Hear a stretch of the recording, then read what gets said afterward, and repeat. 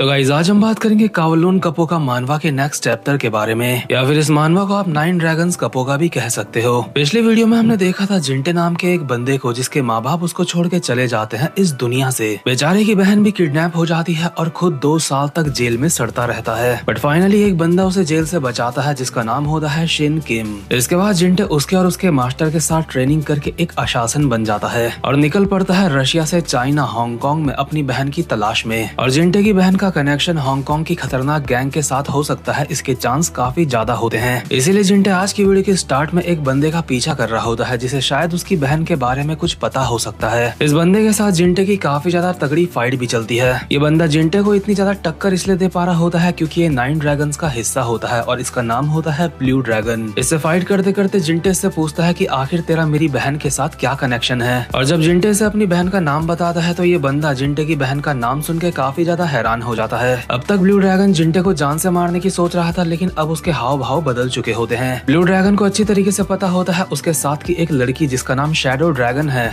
उसने स्नाइपर से जिंटे के ऊपर काफी ज्यादा दूर से निशाना लगा रखा होता है और कभी भी जिंटे की खोपड़ी खोल सकती है। बल्कि शैडो ड्रैगन ने बुलेट फायर कर भी दी होती है जो जिंटे के बस लगने ही वाली होती है। बट ब्लू ड्रैगन अचानक से उछल के आता है और जिंटे के एक लात मार के उसे चलती हुई बस के कांच से नीचे फेंक देता है और इस वजह से जिंटे के ऊपर गोली नहीं लगती, यानी कि ब्लू ड्रैगन ने जिंटे की जान बचाई होती है। एंड मोमेंट में तो जिंटे को भी पता चल गया था कि उसके गोली पड़ने वाली है, इसलिए उसका ध्यान डिस्ट्रैक्ट हो गया था, इसलिए ब्लू ड्रैगन उसके लात मार पाया। जिंटे को यह बात अच्छी तरीके से पता होती है कि इस पीले बाल वाले बंदे ने अभी अभी उसकी जान बचाई है, इसलिए जिंटे को समझ नहीं आ रहा होता है कि आखिर यहाँ पे हो क्या रहा है। जिंटे बस के अंदर इस पीले बाल वाले बंदे को देखे जा रहा होता है और वो भी इसे देखे जा रहा होता है, दोनों कुछ नहीं कहते।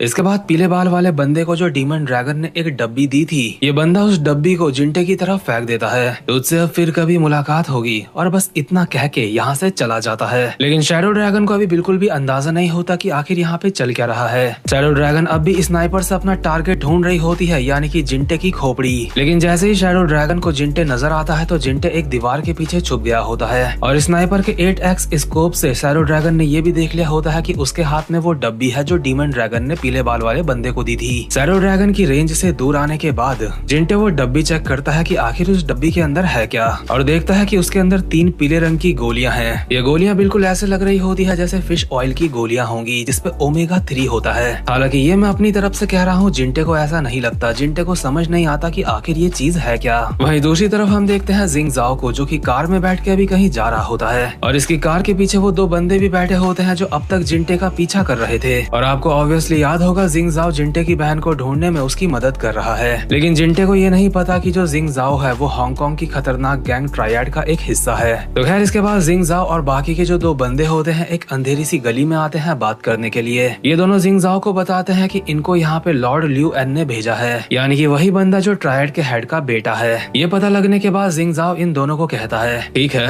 तुम्हें लॉर्ड ल्यू एन ने यहाँ पे भेजा है, लेकिन आखिर तुम मेरे काम पे यहाँ पे टांग क्यों अड़ा रहे हो। इसके बाद इन दोनों में से एक बंदा कहता है जिसका नाम होता है लेफ्ट शैडो। लॉर्ड ल्यू एन ये बिल्कुल भी नहीं चाहते कि उनके लीडर बनने में कोई भी रुकावट आए। इसके बाद राइट शैडो कहता है, और इसीलिए वो डायरेक्टली 9 ड्रैगन्स वाले मामले को हैंडल करना चाहते हैं। मैं जो काम कर रहा हूँ उसके लिए मुझे डायरेक्ट ड्रैगन हेड से ऑर्डर्स मिले हैं, और जो ऑर्डर्स हमें मिले हैं वो फ्यूचर के होने वाले ड्रैगन हेड से मिले हैं। हाँ ठीक है मान लिया, लेकिन तुम्हें मुझे पहले बता देना चाहिए था कि तुम यहाँ पे आ रहे हो। हमने तुम्हें नहीं बताया क्योंकि हमें तुम्हारे ऊपर यकीन नहीं है। तुम काफी सारी परेशानियां खड़ी कर रहे हो। आखिर तुमने हांगकांग में अब तक कितने मामलों को अच्छी तरीके से हैंडल करा है। ओए मेरे पास इतने अधिकार हैं कि मैं अपने तरीके से काम कर सकूं। अगर छोटी मोटी दिक्कत हुई भी है तो उसमें दिक्कत क्या है। मैं ड्रैगन हेड का डायरेक्ट सबऑर्डिनेट हूं और तुम लोग यहाँ पे मेरे काम में दखल दे रहे थे, इसलिए तुम्हें नहीं लगता कि तुम अपनी लाइंस को क्रॉस कर रहे हो। हमें ये बात कहने से पहले तुम ठीक से रिपोर्ट्स को चेक क्यों नहीं कर देते। वो जो सन ग्लासेस वाला बंदा भाग रहा था, हमें उसकी रिपोर्ट मिली थी। उसको देख के हमें कुछ गड़बड़ महसूस हो रही थी। आखिर वो इंसान है कौन। तुम्हें उसके बारे में सोच के इतनी ज्यादा दिक्कत लेने की कोई जरूरत नहीं है। दरअसल उसको मैंने ही हायर करा है। वो मेरा रशिया का एक दोस्त है जो अभी मेरे काफी ज्यादा काम आ रहा है मेरे काम पे। ये लोग अब भी जिंग जाओ से और ज्यादा पूछताछ करने की कोशिश कर रहे होते हैं, लेकिन जिंग जाओ यहाँ से जाते हुए इनको कहता है, ठीक है अगर तुम्हारा काम खत्म हो गया है तो यहाँ से चले जाओ और दोबारा से मुझे कभी मत मिलना, और दोबारा से अगर तुम मुझे मिले भी तो ऐसी एक्टिंग मत करना जैसे तुम मुझे जानते हो। वेल देन गुड बाय, मैं यहाँ से चला। जिंग जाओ यहाँ से बस निकल ही चुका होता है। इतने में ही लेफ्ट शैडो उसको कहता है, 1 मिनट रुको, लॉर्ड लियू एन तुमसे बात करना चाहते हैं। ये बंदा जिंगजाओ को लियू एन से बात करने के लिए फोन पकड़ाता है और जिंगजाओ लियू एन के बारे में सोचते हुए अपने मन में कहता है, अभी ये ड्रैगन हेड बना भी नहीं है, लेकिन अभी ऐसी एक्टिंग कर रहा है जैसे ये ड्रैगन हेड बन चुका है। दरअसल लियू एन ने जिंगजाओ को एक जगह पे बुलाया होता है, इसलिए जिंगजाओ इन दोनों बंदों के साथ कार में बैठ के उस तरफ निकल लेता है। कार चलाते चलाते जिंगजाओ अपने मन में कहता है, मुझे समझ नहीं आ रहा है लियू एन के दिमाग में क्या चल रहा है। अपने इन बंदों को उसने मेरी जानकारी के बिना मेरे पीछे लगा रखा था। यहाँ पे अभी काफी सारी ऐसी चीजें हो रही हैं जिसके बारे में मुझे जानकारी नहीं है। क्या लियू एन को अगला लीडर बनने की काफी ज्यादा जल्दी हो रही है? नहीं, मुझे लगता है ये सिर्फ जल्दीपना नहीं है। मुझे इसके बारे में ड्रैगन हेड से बात करनी होगी और उन्हें सब कुछ बताना होगा। एक तो ये लियू एन ना जाने क्या क्या कर रहा है, ऊपर से लियू काई भी बस हांगकांग आने ही वाला है। ये दोनों भाई सच में काफी ज्यादा परेशानियां खड़ी कर रहे हैं। इसके बाद ये लोग हांगकांग के इंटरनेशनल एयरपोर्ट में पहुंच चुके होते हैं जहाँ पे इन्हें आना होता है। लियू एन अभी यहाँ पे अपने दोनों शैडोज के साथ होता है और इनकी गैंग के काफी सारे बंदे इनके अगल बगल खड़े होते हैं और उन बंदों में ऑब्वियसली जिंगजाओ भी मौजूद होता है। दरअसल लियू एन का यहाँ पे आने का और इतने सारे बंदों को इकट्ठा करने का कुछ रीजन होता है और वो रीजन ये है कि यहाँ पे अभी लियू काई आने वाला है, यानी कि उसका सौतेला भाई। और इसी के साथ लियू काई और उसके लोगों की एंट्री यहाँ पे हो चुकी होती है। सबसे पहले हम देखते हैं एक लंबे से बंदे को जिसका नाम होता है चाओ रेन। ये बंदा भी 9 ड्रैगन्स का एक हिस्सा होता है जिसका नाम होता है ग्रेट ड्रैगन। इसी के बगल में एक और बंदा होता है जो होता है चाओ चैन। ऑब्वियसली ये भी 9 ड्रैगन्स का एक हिस्सा होता है और इसका नाम होता है लेजर ड्रैगन। खासकर ग्रेट ड्रैगन को देख के यहाँ पे काफी सारे बंदे हैरान हो रहे होते हैं क्योंकि ग्रेट ड्रैगन काफी ज्यादा लंबा चौड़ा होता है। चलते चलते ग्रेट ड्रैगन एक छाता खोलता है और उस छाते के नीचे पीछे से आता है लियू काई और कहता है, लियू एन तूने सच में काफी ज्यादा मेहनत करी। अब मैं तुम्हें किसी ऐसे से मिलाना चाहता हूँ जिसके साथ मेरा खून का रिश्ता है। इसके बाद लेजर ड्रैगन भी एक छाता खोलता है और पीछे से उसके नीचे आती है एक लड़की और लियू काई कहता है, आ जाओ लिन जीशिया। और ये जो लिन जीशिया नाम की बंदी होती है, भले ही लियू काई इसे लिन जीशिया बोल रहा है, लेकिन असल में ये लड़की होती है शियो जिना, यानी कि जिंटे की बहन। और सिर्फ इतना ही नहीं बल्कि अभी ये भी 9 ड्रैगन्स का एक हिस्सा बन चुकी होती है और इसका कोड नेम होता है व्हाइट ड्रैगन। लेकिन मासूम सी जिना आखिर यहाँ पे क्या कर रही है और वो लियू काई की बहन कैसे बन गई, ये बात अभी किसी को कुछ नहीं पता। लियू काई ने सबसे जिना को ऐसे इंट्रोड्यूस करवाया है जैसे वो उसकी बहन है। लेकिन अच्छी बात यह है कि जिंगजाओ भी यहाँ पे मौजूद है। जिना को देख के जिंगजाओ को उस फोटो की याद आ जाती है जिसमें उसने जिंटे की बहन को देखा था। भले ही फोटो में ये लड़की काफी ज्यादा अलग लग रही थी, लेकिन जिंगजाओ को ये बात पक्का पता होती है कि ये एल्बिनो लड़की है। जिंगजाओ को ये बात कंफर्म हो चुकी होती है, ये वही लड़की है जिसे जिंटे ढूंढ रहा है। लेकिन जिंगजाओ को ये समझ नहीं आ रहा होता है कि अगर ये जिंटे की बहन है तो लियू काई इसे अपनी सगी बहन क्यों बोल रहा है। मतलब अभी यहाँ पे फुल घपलेबाजी चल रही होती है जिसके बारे में उसे बिल्कुल भी अंदाजा नहीं है। लियू एन जो कि लियू काई का सौतेला भाई है उसको कहता है, तूने कहा ये तेरी छोटी बहन है, आखिर तू किस तरीके की चाल चल रहा है अब दोबारा से? लियू काई कहता है, क्या तेरी इतनी हिम्मत कि मैं कोई चाल चल रहा हूँ, तू ये मेरे मुंह पे बोल रहा है मुझे? मेरी बहन की मदर और मेरी मदर सेम है, हमारे फादर सेम नहीं है। और जिंगजाओ लियू काई और उसकी बहन को साथ में देख के अपने मन में कहता है, मुझे इस बात के ऊपर यकीन नहीं होता कि ये दोनों भाई बहन हैं। लियू एन भी अपना सर पकड़ लेता है और कहता है, फादर जब तेरी बहन के बारे में सुनेंगे तो सच में उन्हें भी काफी ज्यादा हैरानी होगी। ठीक है, हम सारे के सारे अब हेडक्वार्टर्स जा रहे हैं। इसी के साथ ये सारे लोग यहाँ से निकल लेते हैं। वहीं दूसरी तरफ हम देखते हैं जिंटे को जो कि हांगकांग की गलियों में घूम रहा होता है और एक अपार्टमेंट के अंदर एंटर कर जाता है। यहाँ पे जाके जिंटे एक दरवाजे को खटखटाता है और अंदर से आवाज आती है कि आ जाओ। जिंटे जैसे ही अंदर आता है तो एक लड़की जिंटे का कॉलर पकड़ के उसको दीवार में चिपका देती है और कहती है, आखिर ये सब कुछ क्या चल रहा है? तेरी वजह से शहर पे चाकू और गोलियां चल रहे हैं। मैंने तुझे पहले ही कहा था कि ट्रायड्स के साथ बिल्कुल भी इन्वॉल्व मत होइयो। तेरे फैलाए हुए रायते को कोई साफ कर रहा है, इसका मतलब ये नहीं है कि तू रायता फैलाता जाए। ये हांगकांग है, रशिया नहीं है। आखिर मैं तुझे और कितना कवर करूंगी? ऑब्वियसली ये लड़की वही है जो जिंटे को हांगकांग में शुरुआत में मिली थी और इसका नाम है मरीना।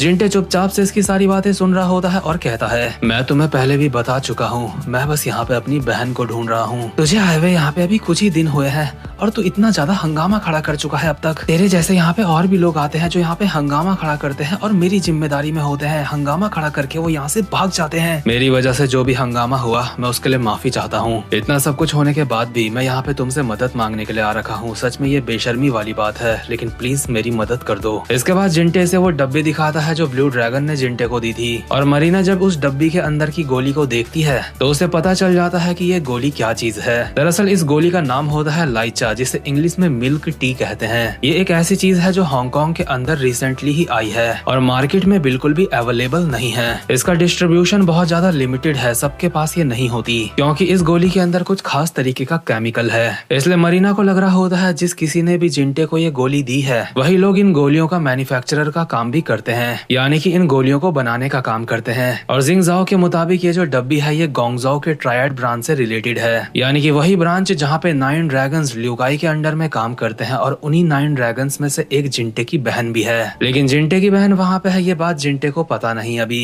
इसके बाद मरीना जिंटे को कहती है जल्दी ही ट्रायड का कोई अगला लीडर बनने वाला है, उसी के साथ ड्रग्स, फायर आर्म जैसी चीजें शहर में चल रही हैं। ये सारी बातें इसी चीज का संकेत हैं कि गोंगजाओ कुछ तो कर रहा है हांगकांग के खिलाफ। जिंटे, अगर तुम ऐसे ही इन चीजों का पीछा करते रहे तो तुम वॉर के बीच में फंस सकते हो। मैं जानती हूँ तुम्हारी बहन तुम्हारे लिए काफी ज्यादा जरूरी है, लेकिन अभी के लिए इन सब से बाहर रहो। मुझे फर्क नहीं पड़ता कि वो हरामजादे क्या कर रहे हैं, बहुत सालों बाद मुझे अपनी बहन के बारे में कुछ पता चल रहा है। अब मैं ऐसे ही इस मौके को ऐसे जाने नहीं दे सकता। अगर मैं अपनी बहन को ढूंढ पाता हूँ तो ही मैं अपनी जिंदगी में आगे बढ़ सकता हूँ। तो तुम अभी पीछे नहीं हटोगे तो फिर जिंगजाओ का क्या होगा? उसने मुझे कहा था कि वो मुझे बाद में मिलेगा अगर उसे कुछ पता चला तो। अच्छा ऐसी बात है, लेकिन तुम्हें बताना चाहती हूँ जिंगजाओ के ऊपर ज्यादा यकीन मत किया करो। जब तुमने ट्रायड्स के उन बंदों को मारा था तो उसने कहा था वो इस मामले को हैंडल कर लेगा, है ना? लेकिन तुम्हें पता है तुमने ट्रायड्स के बंदों को मारा है और ट्रायड्स के बंदों को मार के इस मामले को हैंडल करना इतना आसान नहीं है, लेकिन उसके बावजूद भी उसने ऐसा करा है। इतने में ही जिंटे के फोन में मैसेज आता है कि जब तुम ये मैसेज देखो तो मुझे कॉल करना,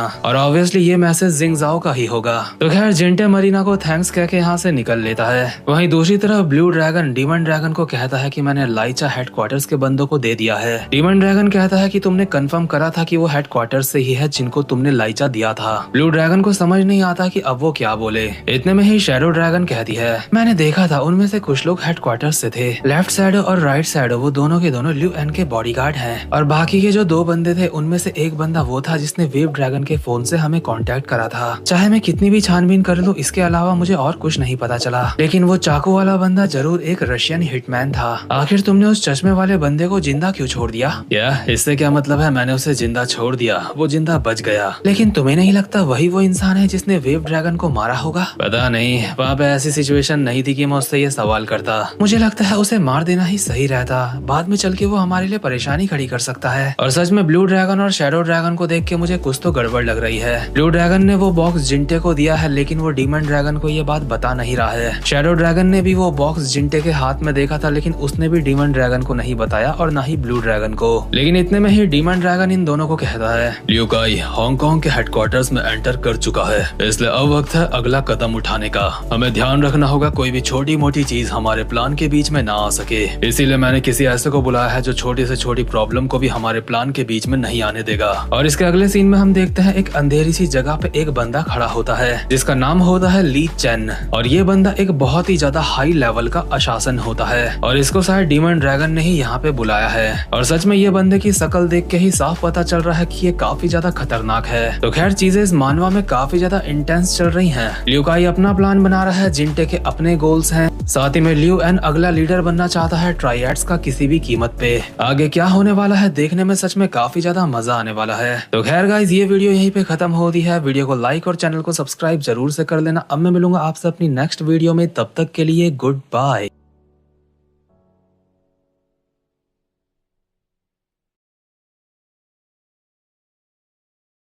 तो गाइज आज हम बात करेंगे कावलोन कपोका मानवा के बारे में। इस मानवा के चैप्टर नंबर 13 में हमने देखा था जिंटे जो कि अपनी बहन को हांगकांग में ढूंढने के लिए आ रखा होता है, उसकी बहन ना जाने कैसे रियूकाई के साथ होती है और रियूकाई उसे अपनी बहन बता रहा होता है। और सिर्फ इतना ही नहीं, जिंटे की मासूम से दिखने वाली बहन अब 9 ड्रैगन का एक हिस्सा बन चुकी होती है और अब उसका कोड नेम हो चुका होता है व्हाइट ड्रैगन। और जिंगजाओ जो जिंटे की मदद कर रहा होता है उसे पता चल चुका होता है कि जिंटे की बहन कहाँ पे है और किसके साथ है। हालांकि ये बात वो जिंटे को बताता नहीं है। और आज की वीडियो की शुरुआत में हम देखते हैं रियूकाई जिंटे की बहन और अपने कुछ लोगों के साथ हांगकांग पहुंच चुका होता है, क्योंकि ट्रायड के हेड ने उसे वहां पे मिलने के लिए बुला रखा होता है। और ऑब्वियसली रियूकाई को मिलने के लिए इसलिए बुला रखा है क्योंकि रियूकाई कुछ घपले कर रहा है। रियूकाई अपने सौतेले भाई एनकाई के साथ बैठ के ट्रायड्स के हेडक्वार्टर जा रहा होता है। रियूकाई जो कार के पीछे बैठा होता है सामने एनकाई को कहता है जैसे जैसे तुम बड़े हो रहे हो लगता है वैसे वैसे तुम समझदार भी हो रहे हो। एनकाई कहता है क्या, आखिर इसका क्या मतलब हुआ? तुम क्योंकि रिश्ते में मेरे बड़े भाई हो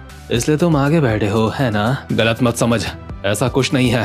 मैं आगे इसलिए बैठा हूँ क्योंकि तेरे साथ स्पेशल गेस्ट है। और ऑब्वियसली वो गेस्ट जिंटे की बहन होती है, जिसे रियुकाई ना जाने क्यों अपनी बहन बता रहा है। साथ ही साथ इनकी कार के पीछे और भी काफी सारी कारें चल रही होती है, जिसके अंदर रियुकाई और एनकाई के बंदे होते हैं, जो कि एक दूसरे को ऐसे घूरे जा रहे होते हैं जैसे एक दूसरे को खा ही डालेंगे। साथ ही में इन्हीं में से किसी एक कार में जिंगजाओ भी होता है। जिंगजाओ को यकीन नहीं होता कि ट्रायड के हेड ने रियुकाई को डायरेक्टली हेडक्वार्टर में बुला लिया है, क्योंकि जिंगजाओ को रियुकाई के ऊपर पूरा शक होता है कि ये बंदा बहुत ज्यादा गलत इंसान है, ये कुछ भी गलत कर सकता है हेडक्वार्टर्स में। लेकिन अभी के लिए जिंगजाओ बस अपनी कार चलाता है और ये सारे के सारे पहुंच चुके होते हैं हेडक्वार्टर्स। सारे के सारे लोग पार्किंग एरिया में अपनी गाड़ी खड़ी करते हैं और जिंगजाओ देख रहा होता है जिंटे की बहन की तरफ। इतने में ही जिंगजाओ को कॉल आता है जिंटे का। जिंटे जिंगजाओ को बताता है कि पीले बाल वाले बंदे ने जो उसको डिब्बी दी थी उसके अंदर लाइचा थी, और लाइचा मैं आपको पहले बता चुका हूँ एक तरीके का ड्रग होता है जो कि हांगकांग में सिर्फ 9 ड्रैगन्स के पास है, ऐसी अफवाह है। और ये 9 ड्रैगन्स खुद बहुत एक सीक्रेट ऑर्गेनाइजेशन है और खुले तौर पे ये बात किसी को नहीं पता कि 9 ड्रैगन्स काम करती है रियुकाई के अंडर में। तो खैर रियुकाई लोग हेडक्वार्टर्स के दरवाजे तक पहुंच चुके होते हैं और एनकाई रियुकाई को कहता है पूरे 10 साल हो चुके हैं, है ना, जब से तुम यहाँ पे नहीं आए हो। रियुकाई कहता है हाँ, ये जगह अब भी वैसी ही है। इतने में ही हम देखते हैं फ्रंट गेट में एक बंदा मौजूद होता है जो कि ट्रायड ऑर्गेनाइजेशन के 4 कमांडरों में से एक कमांडर होता है, और ये बंदा बहुत ही ज्यादा खतरनाक माना जाता है, जिसका नाम होता है जीहू जू।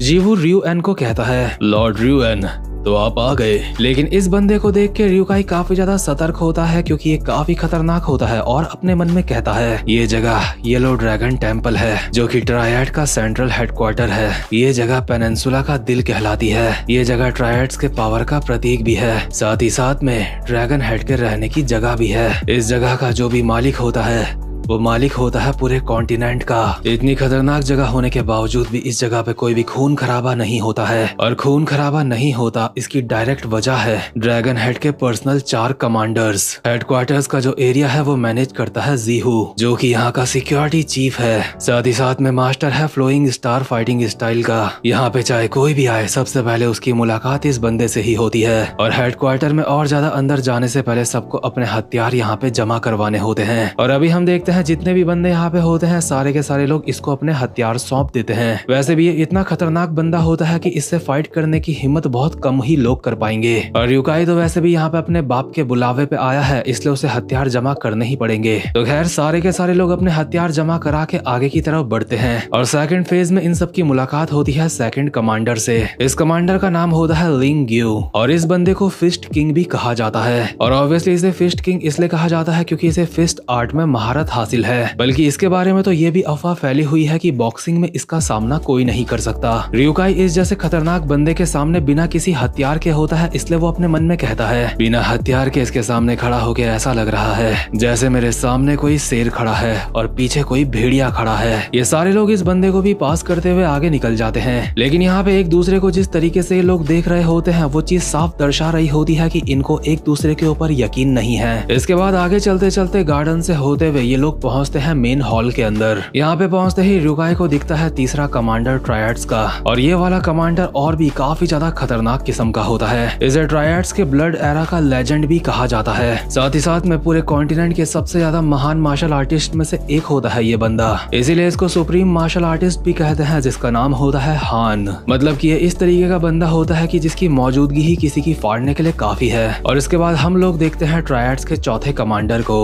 जो चौथा कमांडर है उसे ड्रैगन हेड की परछाई भी कहा जाता है, क्योंकि ये बंदा हमेशा ड्रैगन हेड के साथ रहता है परछाई बन के। और इस बंदे का नाम होता है हेली, जो कि पर्सनल बॉडीगार्ड होता है ड्रैगन हेड का। और सिर्फ इतना ही नहीं, ये 4 कमांडर तो काफी ज्यादा खतरनाक होते ही हैं। साथ ही साथ में इस जगह पे 100 एलाइड बॉडीगार्ड और भी मौजूद होते हैं, और वो सारे के सारे होते हैं ड्रैगन हेड की रक्षा करने के लिए। और अभी के ड्रैगन हेड्स के अलावा जो पिछले ड्रैगन हेड्स थे ट्रायड के, जो अब इस दुनिया में नहीं है, उनके सम्मान के लिए यहाँ पे एक श्राइन भी मौजूद होता है जो कि उनकी यादें संजो के रखता है। और ऑब्वियसली ये सारी की सारी बातें रियुकाई को पता होती है। उसे अच्छी तरीके से पता होता है कि ये पूरा का पूरा फोर्ट्रेस काफी ज्यादा खतरनाक है, काफी ज्यादा सिक्योरिटी है यहाँ पे। और रियुकाई ऐसी जगह के अंदर आ चुका है और यहाँ पे खून की एक बूंद भी बह नहीं रही है। ये बात रियुकाई को काफी ज्यादा मजेदार लग रही होती है, इसलिए वो अपने मन में कहता है यहाँ पे खून की एक बूंद भी नहीं बह रही है। सच में खून के रिश्ते काफी ज्यादा दिलचस्प होते हैं, क्यों पिताजी। और इस वक्त रियुकाई ऑलमोस्ट ड्रैगन हेड तक पहुंच चुका होता है, लेकिन इसके बाद हम देखते हैं एक पुराना सीन जहाँ पे जिंगजाओ ड्रैगन हेड के पास खड़ा होकर उनसे बातें कर रहा होता है, और ड्रैगन हेड जिंगजाओ को कहते हैं तो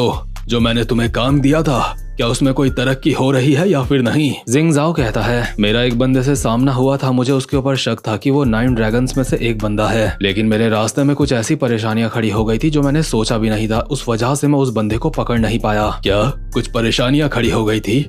लगता है तुम्हारा मतलब मुझसे है ना? माफ करना ड्रैगन हेड, लेकिन मेरा मतलब आपसे ही है। इस बार सच में आपके एक्शन बिना सोचे समझे थे। मुझे पूरी उम्मीद है आपको पता होगा कि मैं इस चीज में कितनी ज्यादा मेहनत कर रहा हूँ। दरअसल जिंगजाओ का कहने का मतलब यहाँ पे ये होता है कि जब वो पीले बाल वाले बंदे को जिंटे के साथ मिलके पकड़ रहा था, तो वहाँ पे उस वक्त वो 2 कोट वाले बंदे थे जिनकी वजह से वो पीछा ठीक से नहीं कर पाया उनका। मतलब कि पीले बाल वाले बंदे का पीछा ठीक से नहीं कर पाया। और ड्रैगन हेड चाहते तो वो जो 2 कोट वाले बंदे थे जो इनका पीछा कर रहे थे जिंगजाओ लोगों का, ड्रैगन हेड उन दोनों को रोक सकते थे। हालांकि ये सारी चीजें यहाँ पे नहीं बताई गई हैं, लेकिन चीजों को आसान करने के लिए ये बातें मैं आपको बता रहा हूँ। तो खैर जिंगजाओ की ये सारी बातें सुन के ड्रैगन हेड कहता है, तुम लगभग 10 साल से मेरे अंडर में काम कर रहे हो, है ना? नहीं, मुझे आपके लिए काम करते हुए 15 साल हो चुके हैं। तुम्हें पता है, मैंने हमेशा तुम्हें अपना बेटा माना है और तुम्हारे ऊपर यकीन करा है और हमेशा उम्मीद करी है कि तुम मुझे समझोगे। इसलिए मैंने ये भी उम्मीद करी है कि जो तुम्हारा भाई र्यू एन है, तुम उसकी मदद करोगे अगला ड्रैगन हेड बनने के लिए। उसके रास्ते में जो भी मुसीबतें आएंगी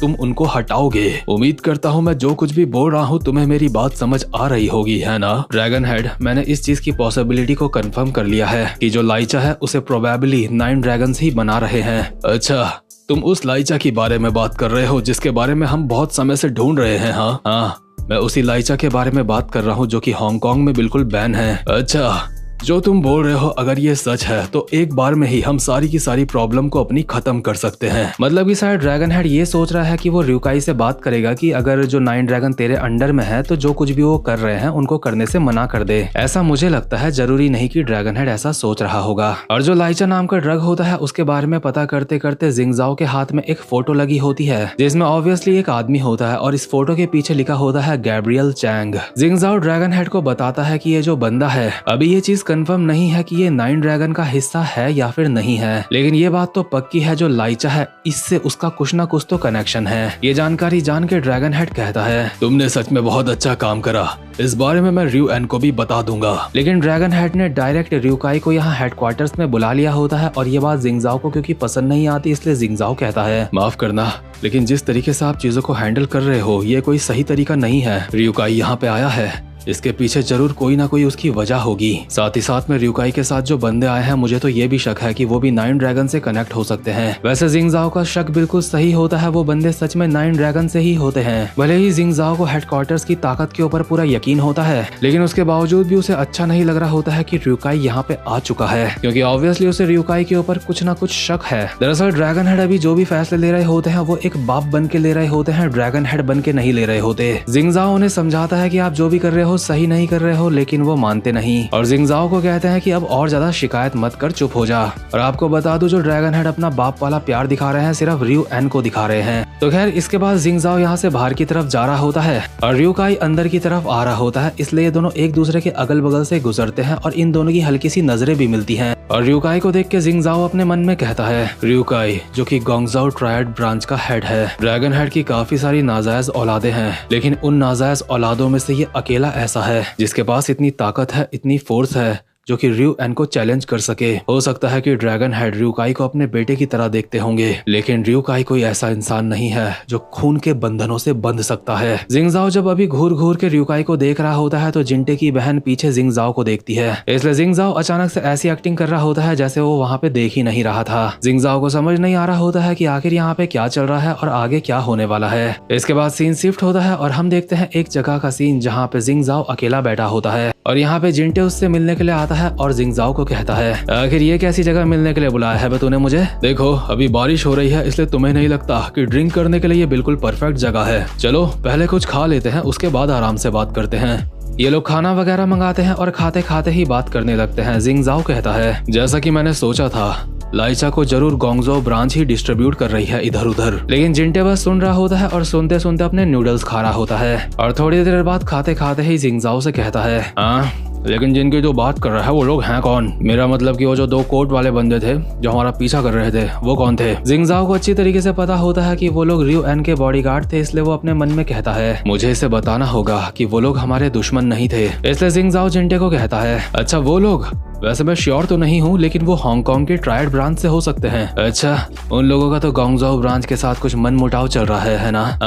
और उसी मनमुटाव के बीच में हम आ गए थे गलती से उनके। अच्छा, अगर हांगकांग की ट्रायड ब्रांच भी 9 ड्रैगन्स को पकड़ना चाहती है तो तुझे नहीं लगता कि हांगकांग की ट्रायड ब्रांच को और हमको मिलके काम करना चाहिए? ये आइडिया जिंगजाओ को काफी ज्यादा अच्छा लगता है, लेकिन दिक्कत ये होती है कि अगर जिंटे को पता चल गया कि उसकी बहन 9 ड्रैगन वाले लोगों के साथ है तो जिंटे भी उनकी तरफ जा सकता है। मतलब कि 9 ड्रैगन वाले लोगों की मदद कर सकता है, गोंगजाओ ब्रांच वाले लोगों की मदद कर सकता है। और जिंगजाओ ऐसा बिल्कुल भी नहीं चाहता कि जिंटे रियुकाई की तरफ हो जाए, इसलिए जिंगजाओ ने भी डिसाइड करा होता है कि पहले वो 9 ड्रैगन्स के बारे में, जिंटे की बहन के बारे में और ज्यादा इंफॉर्मेशन कलेक्ट करेगा, तब जाके वो जिंटे को सारी बातें बताएगा और कोशिश करेगा कि रियुकाई की तरफ जिंटे ना जाए। इसलिए अभी के लिए जिंगजाओ जिंटे को कहता है कि हमें उन लोगों के बीच में पड़ने की जरूरत नहीं है। मतलब कि रियुकाई और एनकाई के बीच में अगला हेड बनने की जो भी वो चल रही है चीजें, उसके बीच में हमें नहीं पड़ना है। हमें 9 ड्रैगन से कोई मतलब नहीं है, हमें बस तुम्हारी बहन को ढूंढना है। हालांकि इस हरामखोर ने जिंटे की बहन तो पहले ही ढूंढ ली है, लेकिन ये बता नहीं रहा है उसे अभी के लिए। जिंटे भी जिंगजाओ की बात से एग्री करता है, क्योंकि मरीना ने जिंटे को कहा था कि अब कोई लफड़ा खड़ा मत करियो,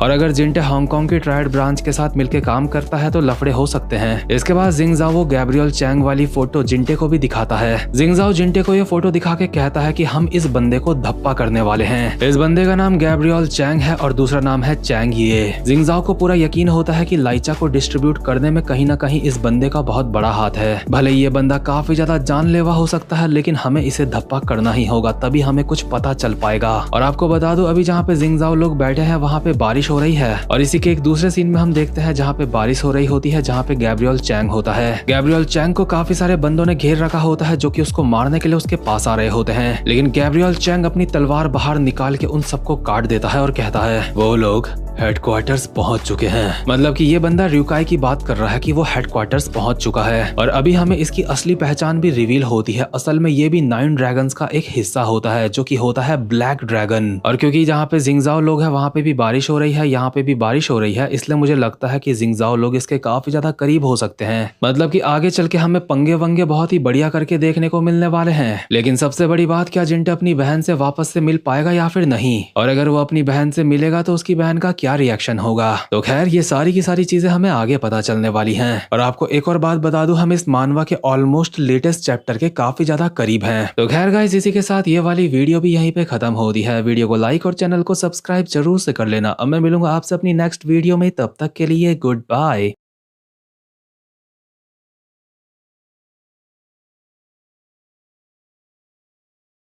तो गाइज, आज हम बात करेंगे कावलून कपोका मानवा के चैप्टर नंबर 16 के बारे में। और आज की वीडियो की शुरुआत में हम देखते हैं रियुकाई, जो कि ड्रैगन हेड से हेडक्वार्टर्स में मिलने के लिए आ रखा होता है हांगकांग के। रियुकाई ड्रैगन हेड के दरवाजे के बाहर पहुंच चुका होता है, और रियुकाई के साथ जो उसका सौतेला भाई रियू एन होता है वो बाहर से कहता है, ड्रैगन हेड, मैं रियू इन बोल रहा हूँ, मैं अपने साथ कुछ मेहमानों को लेके आया हूँ। ठीक है, उन्हें अंदर आने दो। इसके बाद ये सारे के सारे लोग अंदर आते हैं, और रियुकाई ड्रैगन हेड को कहता है, काफी समय बाद मिल रहे हो ड्रैगन हेड। भले ही ड्रैगन हेड अब बूढ़ा हो चुका होता है, लेकिन उसके बावजूद भी रियुकाई की नजरें ड्रैगन हेड को देख के याद कर रही होती है कि पहले ये बंदा काफी ज्यादा खतरनाक हुआ करता था, लेकिन अब इस बुढ़े में वो बात नहीं है। अब ये किसी सांप की तरह है जो काफी ज्यादा लालची है। हालांकि सांप लालची नहीं होते, पर भावनाओं को समझो। रियुकाई ड्रैगन हेड के बारे में अपने मन में यही सब कुछ बोल रहा होता है, लेकिन बाहर से रियुकाई ड्रैगन हेड को कहता है, आप अब भी पहले की तरह काफी अच्छे लगते हो ड्रैगन हेड। इतने में ही ड्रैगन हेड की नजर जाती है जिंटे की बहन के ऊपर, और वो पूछते हैं कि आखिर ये लड़की तेरे साथ कौन है। ऑब्वियसली रियुकाई जवाब देता है कि ये मेरी बहन है, और ड्रैगन हेड जो खुद रियुकाई का बाप है उसे पता ही नहीं कि इसकी एक बहन भी है। ड्रैगन हेड कहता है,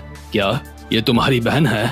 इसके बारे में तो मैं आज पहली बार सुन रहा हूँ। ड्रैगन हेड समझ चुके होते हैं कि अगर ये रियुकाई की बहन है तो हाफ सिस्टर होगी। इसका मतलब भले ही इस लड़की का बाप ड्रैगन हेड नहीं होगा, लेकिन इस लड़की की माँ रियुकाई की माँ होगी। मतलब ये लोग संबंध तो ऐसे बनाते हैं किसी से, मतलब कोई भी किसी से भी बच्चे कर दे रहा है, किसी को फर्क ही नहीं पड़ रहा। और ये बुढ़ा ड्रैगन हेड एक इसकी नाजायज औलाद सिर्फ रियुकाई नहीं है। ना जाने हांगकांग में इस बुढ़े के कितने बच्चे घूम रहे हैं, इस बुढ़े को भी इस बारे में पता नहीं है। तो खैर, ये हाफ सिस्टर वाली बात पूरी होने के बाद ड्रैगन हेड अपने बेटे रियू एन को कहते हैं कि मेहमानों को उनका कमरा वगैरह दिखाओ जहाँ पे उन्हें रहना है। लेकिन रियो एन का ईगो इस बीच में आ रहा होता है कि आखिर वो इनको कमरा कैसे दिखा सकता है, वो इनका नौकर थोड़ी है। इसलिए रियो एन पहले थोड़ा सा हिचकिचाता है, लेकिन अपने बाप की बात ये टाल नहीं सकता, इसलिए इसको ऐसा करना ही पड़ता है। अभी रियोकाई के साथ जितने भी बंदे होते हैं रियो एन उन सबको अपने साथ ले जाता है और ड्रैगन हेड रियोकाई को कहते हैं कि आजा तू मेरे साथ चल, चलते चलते तुझसे मुझे कुछ बातें करनी है। इसके बाद ये बुढ़ा और हरामी लौंडा दोनों खुली हवा में चले जाते हैं बात करने के लिए। चलते चलते ड्रैगन हेड रियोकाई से कहता है, तुम्हारी बहन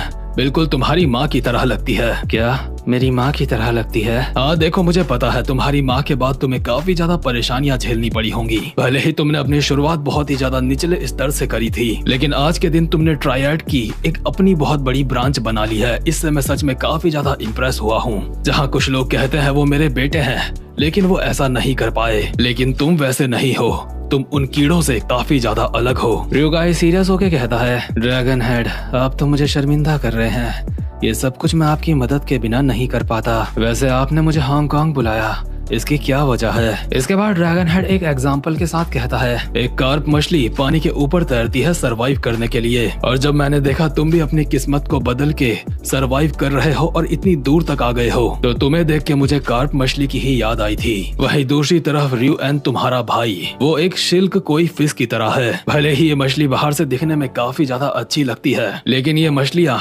यहाँ हेडक्वार्टर्स में बहुत ही सुविधाओं के साथ बड़ी हुई हैं। रियो एन को ट्रायड का हेड बनाने वाला मामला काफी ज्यादा गंभीर है। अगला ट्रायड का लीडर सारे ब्रांच मैनेजर्स की मौजूदगी में बनने वाला है, इसलिए मुझे नहीं लगता कि रियो एन ये सब कुछ अकेले संभाल पाएगा। इसलिए रियोकाई, मैं चाहता हूँ तुम मदद करो रियो एन की अगला लीडर बनने के लिए ट्रायड का। ये बात सुनकर रियोकाई काफी बढ़िया करके किलस गया होता है, लेकिन दिखाता नहीं। लेकिन ड्रैगन हेड अब भी बोल रहा होता है, वो दिन दूर नहीं है जब मैं अपने पूर्वजों के पास जाने वाला हूँ। अब तक जो कुछ भी ट्रायड में हुआ उसकी जिम्मेदारी मेरे कंधों में है, और तुम अपनी और अपनी बहन की खुशी के लिए एक दूसरे की मदद करना। मेरे बेटे, मैं उम्मीद करता हूँ जो मैंने तुम्हें कहा तुम वैसा करोगे। रियो एन जो कि बुद्धा की मूर्ति के सामने खड़ा होता है, वहाँ से एक अगरबत्ती उठाता है लकड़ी वाली, और गुस्से में मुट्ठी बंद करके उसको तोड़ देता है और कहता है, जी फादर, मैं समझ गया। मतलब कि ये सफेद बाल वाला बंदा आगे चल के कुछ ना कुछ तो कांड करने वाला है। वहीं दूसरी तरफ हम देखते हैं जिंटे और जिंगजाओ ट्रेन से कहीं जा रहे होते हैं, और पिछले चैप्टर में हमने देखा था, आपको याद होगा कि जो ये जिंटे लोग हैं ये गैब्रियल चैंग को धप्पा करने के लिए जा रहे हैं। जिंटे जिंगजाओ से कहता है, क्या तुझे पूरा यकीन है हम सही डायरेक्शन में जा रहे हैं? क्या तुम्हें ऐसा लगता है कि हम खो चुके हैं? वैसे वर्ल्ड फेमस लैंडमार्क के पीछे कोई छुप सकता है,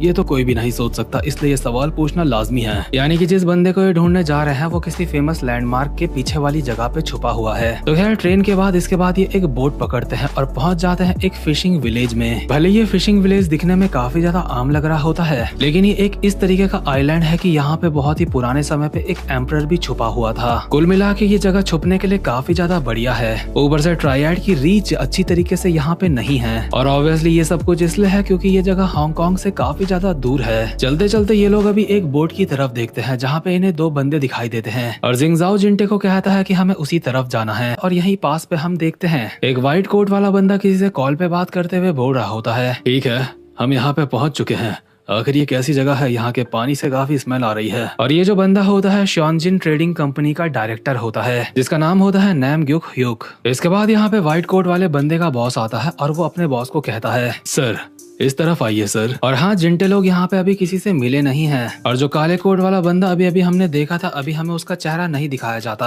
दरअसल जिंटे लोग यहाँ पे आके एक कोपचे में खड़े हो गए होते हैं, जहाँ से ये लोग दूरबीन से लोगों के ऊपर नजर रख रहे होते हैं। और ऑब्वियसली जैसा कि मैंने बताया, ये लोग यहाँ पे गैब्रियल चैंग को ही ढूंढने आ रखे होते हैं, और गैब्रियल चैंग का दूसरा नाम गैब्रियल स्पीयर भी होता है। जिंगजाओ जिंटे को बताता है कि जो गैब्रियल है वो लाइचा नाम के ड्रग को बनाता नहीं है, बल्कि जिस मटेरियल से वो बनता है उसको वो यहाँ पे रखता है, और जो लोग लाइचा को बनाते हैं वो मटेरियल गैब्रियल उन लोगों को पहुंचाता है। और अभी जिंटे लोगों की नजर गैब्रियल के लोगों के ऊपर ही होती है। दरअसल ये लोग वेट कर रहे होते हैं कि आखिर यहाँ पे गैब्रियल चैंग कब आएगा। और जिंटे जिंगजाओ को कहता है, तुम्हारा मतलब ये है कि गैब्रियल उन लोगों को जानता है जो लाइचा बनाते हैं। आखिर ये सारे के सारे लोग वहाँ नीचे कर क्या रहे हैं? जिंगजाओ एक जगह पे बैठ जाता है और कहता है, दिन के टाइम तो बस ये लोग सामान इधर उधर करते हैं, असली काम तो रात को शुरू होता है। अभी रात होने में थोड़ा सा वक्त बचा है, तब तक क्यों ना तुम थोड़ा सा आराम कर लो यहाँ पे। तो खैर जल्दी ही यहाँ पे रात हो चुकी होती है और काली गाड़ी में यहाँ पे दो काले काले से बंदे आते हैं। मतलब वो लोग काले तो नहीं होते लेकिन अंधेरी की वजह से काले लग रहे होते हैं और जिंटे की नजर इस कार के ऊपर ही होती है और जिंटे देखता है इस कार से वही बंदा उतरा है जिसको उसने फोटो पे देखा था, यानी कि गैब्रियल चैंग। जिंगजाओ जिंटे को कहता है कि तुझे नजर रखनी होगी आखिर ये कार और ये बंदे किस बिल्डिंग में जाने वाले हैं, लेकिन इतने में ही इनकी नजरों से कार गायब हो चुकी होती है। इसलिए गैब्रियल चैंग और कार कहाँ गए हैं ये बता पाना इनके लिए काफी ज्यादा मुश्किल होता है। इसलिए ये दोनों फैसला करते हैं ये दोनों यहाँ से अलग अलग हो जाएंगे और अलग अलग होके उनको ढूंढेंगे। इन दोनों ने अपने कानों में एक ट्रांसमीटर भी लगा लिया होता है, यानी कि जैसे ही इनको गैब्रियल चैंग दिखेगा ये दोनों एक दूसरे को बुला लेंगे अपने पास। जिंटे बिना समय गंवाए यहाँ से जाने लगता है, लेकिन जिंगजाओ उसका कंधा पकड़ता है और कहता है ध्यान रखना, जितना कम एक्शन हो सके उतना कम एक्शन करना है हमें। ये बात मत भूलियो, जिस गंजे को तूने मारा था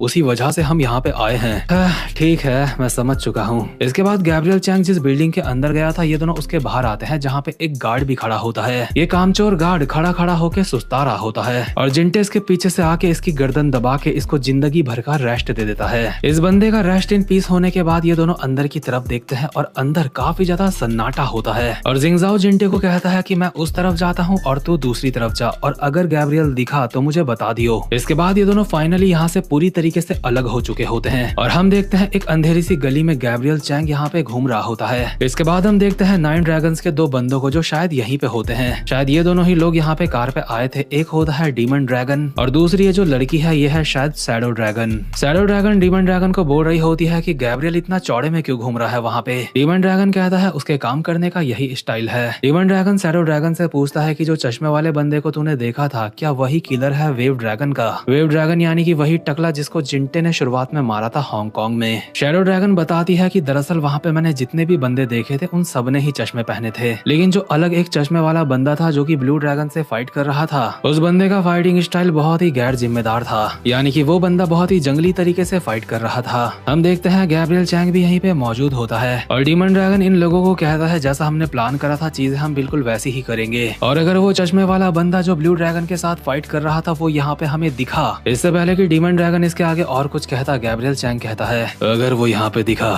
तो उसका निपटारा करना बहुत ज्यादा जरूरी होगा। इसके बाद गैब्रियल चैंग यानी कि ब्लैक ड्रैगन ये भी निकल पड़ता है अंधेरे में एक गश्त में। चलते चलते इसे सामने से हल्की सी आहट आती है। इसको लगता है वो चश्मे वाला बंदा यहाँ पे आ चुका है, बट यहाँ पे जो आहट होती है वो जिंटे की नहीं बल्कि जिंगजाओ की होती है। ब्लैक ड्रैगन बिना सोचे समझे जिंगजाओ के ऊपर तलवार चला देता है, लेकिन जिंगजाओ जैसे तैसे करके पीछे हट जाता है और इस तलवार के हमले से बच जाता है। लेकिन गैब्रियल ने तलवार के हमले करना बंद नहीं किया होता, वो लगातार जिंगजाओ के ऊपर तलवार चला रहा होता है और जिंगजाओ फटी हुई हालत में उनसे बचने की कोशिश कर रहा होता है। ब्लैक ड्रैगन ने जिंगजाओ का चश्मा भी 2 टुकड़ों में काट दिया होता है और जिंगजाओ क्योंकि एक अच्छा फाइटर नहीं है इसलिए यहाँ से सिर्फ बचता बचाता भाग रहा होता है। बेचारा जिंगजाओ एक दीवार के पीछे छुप चुका होता है और ब्लैक ड्रैगन इसी तरफ आ रहा होता है और जिंगजाओ कहता है सिचुएशंस काफी ज्यादा ट्रिकी है यहाँ पे, लेकिन लगता है हमारा जैकपॉट लग चुका है क्योंकि मैंने उसको ढूंढ लिया है जिसको हम यहाँ पे ढूंढने के लिए आए थे। अब जिंटे ने जिंगजाओ का यह मैसेज सुना है या फिर नहीं, लेकिन दूसरी तरफ हम जिंटे को देखते हैं और जहाँ पे जिंटे होता है वहाँ पे काफी ज्यादा सन्नाटा होता है, वहाँ पे कोई नहीं होता। इस जगह पे काफी ज्यादा अंधेरा होता है, लेकिन अचानक से इस जगह की सारी लाइट्स जल जाती हैं, जिस वजह से जिंटे की आंखें बंद हो जाती हैं और अचानक से यहाँ पे काफी सारे बंदे आ जाते हैं जो कि ऑब्वियसली यहाँ पे जिंटे का हलवा बनाने के लिए आ रखे हैं। और जो जिंटे होता है उसने जिंगजाओ की आवाज सुन ली थी जब जिंगजाओ बोल रहा था कि जैकपॉट लग गया है, मुझे वो बंदा मिल गया है। लेकिन जिंटे अभी जिंगजाओ का जवाब देते हुए कहता है तू क्या बोल रहा था, तेरा जैकपॉट लग गया है सिर्फ एक बंदे को ढूंढ के, लेकिन मुझे लगता है मेरा तो यहाँ पे जैकपॉट का धमाका खुल चुका है क्योंकि यहाँ पे एक बंदा नहीं, यहाँ पे पूरी की पूरी पलटन है। जितने भी बंदे यहाँ पे जिंटे का हलवा बनाने के लिए आ रखे होते हैं उनकी भीड़ में से एक बंदा जिंटे के सामने आता है। ये बंदा दिखने में किसी ज़ॉम्बी से कम नहीं लग रहा होता।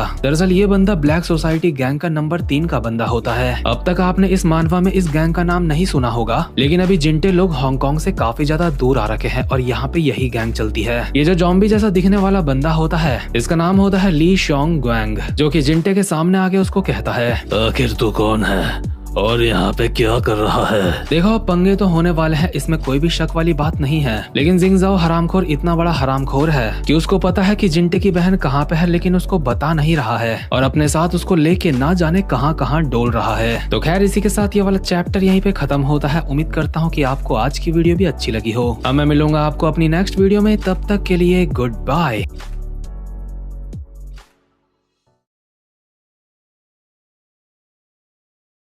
तो गाइस आज हम बात करेंगे कावलून कपोका मानवा के चैप्टर नंबर 18 और 19 के बारे में। पिछले चैप्टर में हमने देखा था जब जिंटे और जिंगजाओ ब्लैक ड्रैगन को ढूंढने के लिए एक आइलैंड में आ रखे होते हैं तो दोनों के दोनों काफी ज्यादा मुसीबत में पड़ चुके होते हैं और जिंगजाओ अब ब्लैक ड्रैगन से अपनी जान बचाता हुआ फिर रहा होता है। जिंगजाओ के कंधे के नीचे एक कट पड़ चुका होता है और वो वहाँ पे हाथ रख के अपने मन में कहता है, हम इन्हें ढूंढने आए थे लेकिन इन लोगों ने ही पहले हमें ढूंढ लिया। लेकिन चलो, इन्हें कम से कम ये नहीं पता कि हम यहाँ पे गैब्रियल चैंग के लिए आए हैं और किस्मत से मेरे कंधे में जो कट पड़ा है वो ज्यादा गहरा नहीं है। लेकिन जिंगजाओ की फटी तो इसलिए पड़ी होती है कि गैब्रियल चैंग अब भी उसके बगल से आ रहा होता है यहाँ पे उसको ढूंढने के लिए। और जिसको याद नहीं, आपको बता दो, गैब्रियल चैंग और ब्लैक ड्रैगन एक ही इंसान है। ब्लैक ड्रैगन धीरे धीरे करके जिंगजाओ के पास पहुँच रहा होता है और जिंगजाओ देखता है कि आगे भागने के लिए रास्ता बंद है। वहीं दूसरी तरफ जिंटे उसके सामने भी काफी सारे बंदे खड़े होते हैं उसे मारने के लिए और वो जिंगजाओ को कहता है, ओए आखिर अब हम क्या करें? तू बोल रहा था हमारे हाथ जैकपॉट लग चुका है, मैं ये सब कुछ यहाँ पे अकेले हैंडल नहीं कर सकता। लेकिन जिंटे के सामने जो ज़ॉम्बी सा बंदा खड़ा होता है वो उसको कहता है, ओए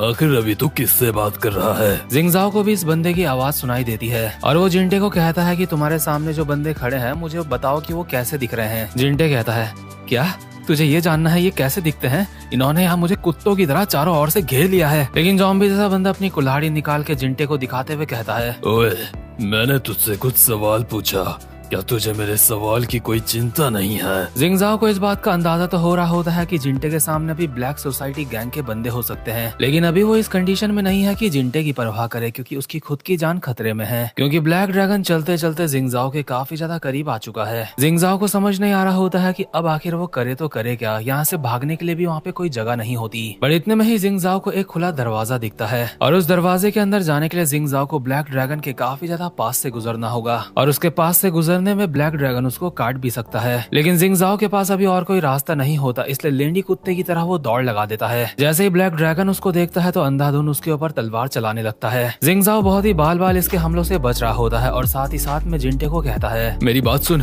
उन लोगों को मारियो मत, हमें उन लोगों का टाइम वेस्ट करना है, मैं जल्दी यहाँ की चीजों को निपटा के तेरे पास आता हूँ। जिंगजाओ अभी बीच से पूरा का पूरा कटने वाला होता है लेकिन वो साइड हो जाता है और इसके तुरंत बाद ही ब्लैक ड्रैगन उसके मुंह पे तलवार का कवर मार के उसको जमीन में गिरा देता है, जिस वजह से जिंगजाओ का ब्लूटूथ भी जमीन में गिर चुका होता है और ब्लैक ड्रैगन जिंगजाओ के बिल्कुल करीब आ चुका होता है उसको काटने के लिए। और जिंटे दूसरी तरफ से बोल रहा होता है, ओए जो तू बोल रहा है ये सब करने का वक्त नहीं है, आखिर मैं इनका ध्यान कैसे बटाऊं बिना इन्हें मारे? वहीं ब्लैक ड्रैगन जिंगजाओ के सामने खड़ा होकर कहता है, उन छोटो मोटो कीड़ों के साथ फाइट करने के बाद मुझे लगा था यहाँ पे कोई ताकतवर आया होगा। ये बात सुन के जिंगजाओ को पता चल जाता है कि रियू एन ने भी पहले इसके ऊपर अटैक करवाया है और फालतू में इसका वार्म अप करवा दिया है मुझे मारने के लिए। ब्लैक ड्रैगन कहता है, तुझे देख के मैं सच में काफी ज्यादा निराश हुआ हूँ और जिंगजाओ के ऊपर तलवार चला देता है। लेकिन जिंगजाओ फटाक से अपनी गन निकाल के इसके ऊपर फायर कर देता है। एग्जैक्टली यहाँ पे क्या हुआ ये चीज हमें अभी नहीं दिखाई जाती। और दूसरी तरफ जिंटे के सामने जितने बंदे होते हैं जिंटे उनके ऊपर जंप करके भागता हुआ डिफेंसिवली फाइट कर रहा होता है। ज़ॉम्बी फेस वाले बंदे को समझ नहीं आ रहा होता है कि ये बंदा यहाँ पे फाइट करने के लिए आ रखा है या फिर भागने के लिए। बट जिंटे भाग इसलिए रहा है क्योंकि जिंगजाओ ने उसे मना करा है इन लोगों को मारने के लिए। वहीं दूसरी तरफ जैसे ही ब्लैक ड्रैगन की तलवार जिंगजाओ के ऊपर पड़ने वाली होती है तो जिंगजाओ की गन की गोली सीधा तलवार में जाके टकरा के ब्लैक ड्रैगन के कंधे को छू के निकल लेती है। ऑब्वियसली इससे ब्लैक ड्रैगन को थोड़ा डैमेज तो पहुंचा होता है और इसी चीज का फायदा उठा के जिंगजाओ उसके पैर पे एक लात मारता है और यहाँ से भागने लगता है और बहुत ही फटी हुई हालत में जो दरवाजा खुला था उस कमरे के अंदर चला जाता है। लेकिन दरवाजा बंद होने से पहले ही ब्लैक ड्रैगन आखिरी कोशिश करता है उसके ऊपर तलवार मारने की। लेकिन जिंगजाओ की किस्मत अच्छी होती है कि उसने सही समय पे दरवाजा बंद कर दिया होता है। ये दरवाजा शायद लोहे का है इसलिए ब्लैक ड्रैगन इस दरवाजे को अपनी तलवार से नहीं काट सकता और कमरे के अंदर जिंगजाओ हाँपता हुआ राहत की सांस ले रहा होता है। और दूसरी तरफ जिंटे को जो लोग मारने के लिए उसके पीछे पड़े होते हैं जिंटे अब भी उनसे भाग रहा होता है। ये सारा नजारा शैडो ड्रैगन भी अपनी आंखों से देख रही होती है, इसलिए वो ब्लैक ड्रैगन को कॉल करके कहती है, हे आखिर अभी तुम कहाँ हो? वो चश्मे वाला बंदा यहाँ पे हंगामा खड़ा कर रहा है। लेकिन ब्लैक ड्रैगन को लग रहा होता है कि चश्मे वाला बंदा तो इस दरवाजे के अंदर है, इसलिए ब्लैक ड्रैगन को समझ आ जाता है जो बंदा कमरे के अंदर गया है वो एक बहरूपिया है। असली चश्मे वाला बंदा जिसको ब्लैक ड्रैगन को मारना है वो तो दूसरी तरफ है। वहीं दूसरी तरफ जिंटे अब भी अपने सामने वाले बंदों को लाते और मुक्के ही मार रहा होता है बस। लेकिन सिर्फ लाते और मुक्के खा के वो लोग दोबारा से उठ के जिंटे के ऊपर हमला करने के लिए आ रहे होते हैं, इसलिए जिंटे अपने मन में कहता है, ये लोग बहुत सारे हैं, बिना इन्हें जान से मारे इनसे निपटना आसान नहीं है। इस तरीके से मैं ज्यादा देर तक इनको हैंडल नहीं कर पाऊंगा। अभी दोबारा से जिंटे के ऊपर काफी सारे बंदों ने एक साथ हमला कर दिया होता है, लेकिन जिंटे एक लोहे की चीज फेंक के मारता है अपने सामने वाले बंदों के ऊपर, जिससे कुछ बंदे तो साइड हो चुके होते हैं और एक बंदा डिसबैलेंस होकर जिंटे के ऊपर गिर रहा होता है। जिंटे इसको ढंग से अपनी तरफ खींच के इसके गले में चाकू लगा देता है और कहता है कोई भी सामने मत आना, नहीं तो मैं इसको मार दूंगा। लेकिन अब वक्त है ज़ॉम्बी फेस वाले बंदे के फ्लैक्स मारने का। ज़ॉम्बी फेस वाला बंदा बहुत ही स्टाइल में कहता है, तू अभी री शंग क्वैंग के सामने खड़ा है और ऐसी फालतू की बातें कर रहा है। अगर तेरे पिछवाड़े में दम है तो उसे मार के दिखा। जिंटे भी बहुत ज्यादा हेजिटेशन में होता है क्योंकि जिंगजाओ ने मना करा होता है किसी को नहीं मारना। इसके बाद जिंगजाओ का कॉल जिंटे को आता है और जिंटे उसको कहता है, ओए सब कुछ वहाँ पे कैसा चल रहा है? यहाँ पे कुछ इतना खास नहीं चल रहा है, तू अपना बता वहाँ पे कैसा चल रहा है? तेरे बात करने के स्टाइल से लगता है वहाँ पे चीजें ठीक चल रही होंगी। लेकिन जिंटे अभी अपने सामने वाले बंदे को कह रहा होता है, तू चाहे री शंग वैक हो या फिर कोई भी हो, मेरा दिमाग खराब मत कर, मैं सच में मार दूंगा इसे। जिंटे की ये बात सुन के जिंगजाओ को कंफर्म हो जाता है जो बंदे उससे फाइट कर रहे हैं वो ब्लैक सोसाइटी के बंदे हैं, और अगर जिंटे इन्हें मार भी देता है तो कोई भी दिक्कत नहीं होने वाली आगे चल के उनके लिए, क्योंकि ये लोग सीधी तरीके से ट्रायड से जुड़े हुए नहीं हैं। जिंगजाओ अपनी जगह पे खड़ा उठता है और दरवाजे से बाहर की तरफ देखता है। ब्लैक ड्रैगन अब वहाँ पे नहीं होता और कॉल पे जिंटे को कहता है, मैं श्योर तो नहीं हूँ लेकिन वो बंदे मुझे ब्लैक सोसाइटी के लगते हैं। वो ऐसे लोग हैं जो पैसों के लिए अपनी आंतें तक बेच सकते हैं, इसलिए उनके ऊपर अब रहम खाने की कोई जरूरत नहीं है। बस उनमें से एक बंदे को जिंदा पकड़ लियो, हमारे लिए उतना काफी होगा। रामखोर ये बात थोड़ा जल्दी नहीं कह सकता था। जिंगजाओ की बात सुन के जिंटे ने जिस बंदे को पकड़ा होता है उसकी गर्दन काट देता है और उसके सामने वाले बंदे हैरान हो जाते हैं कि अब तक तो ये मारने में हेजिटेट कर रहा था, अचानक से ऐसे कैसे मार दिया इसने। लेकिन जिंटे ने अभी अपने दोनों चाकू बाहर निकाल लिए होते हैं और अपने सामने के सारे बंदों को कहता है, अगर तुम्हें अपने जान की परवाह है तो यहाँ से जितना दूर भाग सकते हो भाग जाओ। एक बंदे को निपटा के जिंटे बाकियों की तरफ बढ़ने लगता है और तैयार होता है इन सबको मारने के लिए सिवाय एक के, क्योंकि एक बंदा उसे जिंदा पकड़ना है। ज़ॉम्बी फेस वाला बंदा सबको ऑर्डर देता है कि मारो साले को। सारे भागते भागते जिंटे की तरफ आ रहे होते हैं और जिंटे अपने मन में कहता है, मरीना मुझे माफ कर देना, मुझे ये करना ही होगा। और जिंटे सीधा सामने वाले बंदे के चाकू फेंक के मारता है जो कि उसकी छाती पे जाके लगता है और भागता हुआ जाता है। उसकी छाती पे पैर रख के वो चाकू बाहर भी निकाल लेता है। एक बंदा साइड से जिंटे को मारने के लिए आता है, लेकिन जिंटे ने देखते ही देखते उसके 2 कट्स मार दिए होते हैं और यहाँ पे काफी सारी मिट्टी की बोरियां जैसा कुछ होता है। जिंटे इस बंदे को उन बोरियों के ऊपर फेंक देता है, साथ ही साथ में अपने चाकू से उन बोरियों को फाड़ भी देता है, जिस वजह से इस पूरी जगह पे धूल ही धूल हो जाती है। किसी को भी ठीक से दिखाई नहीं दे रहा होता कि उसके सामने क्या है। कुछ लोग खांस रहे होते हैं, कुछ लोग हैरान होते हैं और कुछ लोगों की धूल के बीच से मरने की आवाज आ रही होती है, जिनको जिंटे एक एक करके निपटा रहा होता है। वहीं दूसरी तरफ जिंगजाओ कमरे से बाहर आ चुका होता है और खुद को कोस रहा होता है कि उसको पता क्यों नहीं था कि यहाँ पे ब्लैक सोसाइटी के भी बंदे मौजूद हैं और शायद इन सबको पहले से पता था कि हम लोग यहाँ पे आ रहे हैं। उल्टा मैंने एक गोली भी चला दी जो कि प्लान में नहीं था और जो कुछ यहाँ पे चल रहा है जल्दी इसके बारे में पब्लिक सिक्योरिटी ब्यूरो को भी पता चल सकता है। इतने में ही जिंगजाओ दूर से देखता है ब्लैक ड्रैगन को। जिंगजाओ समझ जाता है ये बंदा जिंटे के ही पास जा रहा होगा, इसलिए जिंगजाओ भागता हुआ जा रहा होता है ये सोच के कि उसको रोक लेगा। लेकिन ब्लैक ड्रैगन ने भी दूर से जिंटे को देख लिया होता है और जिंटे को निपटाने के लिए सीधा उसकी ही तरफ जा रहा होता है। और जो बंदे जिंटे से फाइट कर रहे होते हैं धूल की वजह से इधर उधर देख रहे होते हैं कि आखिर वो बंदा कहाँ है जिसे इन्हें मारना है। इन बंदों की कंडीशंस यहाँ पे इतनी खराब होती है कि एक दूसरे को देख के ही डर रहे होते हैं, क्योंकि ये गलती से एक दूसरे को एक दूसरे का दुश्मन समझ रहे होते हैं और गलती से ही एक दूसरे के ऊपर हमला भी कर रहे होते हैं। लेकिन इतने में ही एक बंदे को जिंटे हल्का सा दिखाई दे गया होता है। वो घुमा के किलो वाला बैट जिंटे के ऊपर मारता है, लेकिन जिंटे नीचे झुक के उससे बच चुका होता है और दोबारा से इसके सामने से गायब हो गया होता है। ये बंदा जिंटे को ढूंढ ही रहा होता है, लेकिन जिंटे इसके पीछे से आके एक घप करके इसको अप कर देता है। साथ ही में 4-5 बंदे और जिंटे के पीछे से आ जाते हैं, लेकिन जिंटे इन्हें भी बहुत ही स्मूथली कट कर देता है। बट यहाँ पे बंदों की कमी नहीं होती, 4-5 बंदे और आ जाते हैं और जिंटे बहुत ही स्पीड में इन सबको भी ऊपर पहुंचा देता है। इसी तरीके से जिंटे के पास काफी सारे बंदे आते रहते हैं और जिंटे सबको मारता रहता है। और ज़ॉम्बी फेस वाला बंदा दूर से चिल्ला के कहता है, खड़े खड़े क्या कर रहे हो, पागलों की तरह उससे मर क्यों रहे हो? लेकिन इतने में ही धूल को चीरता हुआ एक चाकू इसके मुंह पे भी पड़ने वाला होता है, पर ये बंदा जैसे तैसे करके साइड हो जाता है और मस्त सी टाइमिंग देख के कुल्हाड़ी घुमा के मारता है जिंटे के ऊपर। लेकिन जिंटे ने अपने चाकू से इसकी कुल्हाड़ी को ब्लॉक कर लिया होता है। इन दोनों के हथियार आपस में रगड़ के चिंगारियां पैदा कर रहे होते हैं। यहाँ पे एक तरीके से ताकत की लड़ाई हो रही होती है, जिसपे ज्यादा ताकत होगी वो दूसरे वाले को काट देगा। और शैडो ड्रैगन आराम से मजे लेते लेते ये सब कुछ देख रही होती है और जिंटे और ज़ॉम्बी आपस में कहते हैं, तुझे पता है तेरी गर्दन काटने के मुझे काफी पैसे मिल सकते हैं। हरामखोर, मुंह बंद कर और चुपचाप चुपचाप से फाइट कर। इतने में ही ज़ॉम्बी जिंटे को धक्का देके पीछे कर देता है और पीछे पहले से 2 बंदे जिंटे को घपाघप करने के लिए तैयार होते हैं। जिंटे बहुत ही फ्लेक्सिबिलिटी के साथ उनके हमलों को डॉच करके उनको खत्म कर देता है और साथ में ज़ॉम्बी अंधाधुंध जिंटे के ऊपर हमले कर रहा होता है। लेकिन जिंटे हमेशा उसके हमलों को ब्लॉक करके उसके बगल से निकल के उसके बंदों को मारता है। ये चीज बार बार रिपीट हो रही होती है। जिंटे ने अब तक इसको मारा नहीं होता, लेकिन बट जिस तरीके से ज़ॉम्बी के साथ के बंदे मर रहे होते हैं वो देख के वो अपने मन में कहता है, किसी को मारने से पहले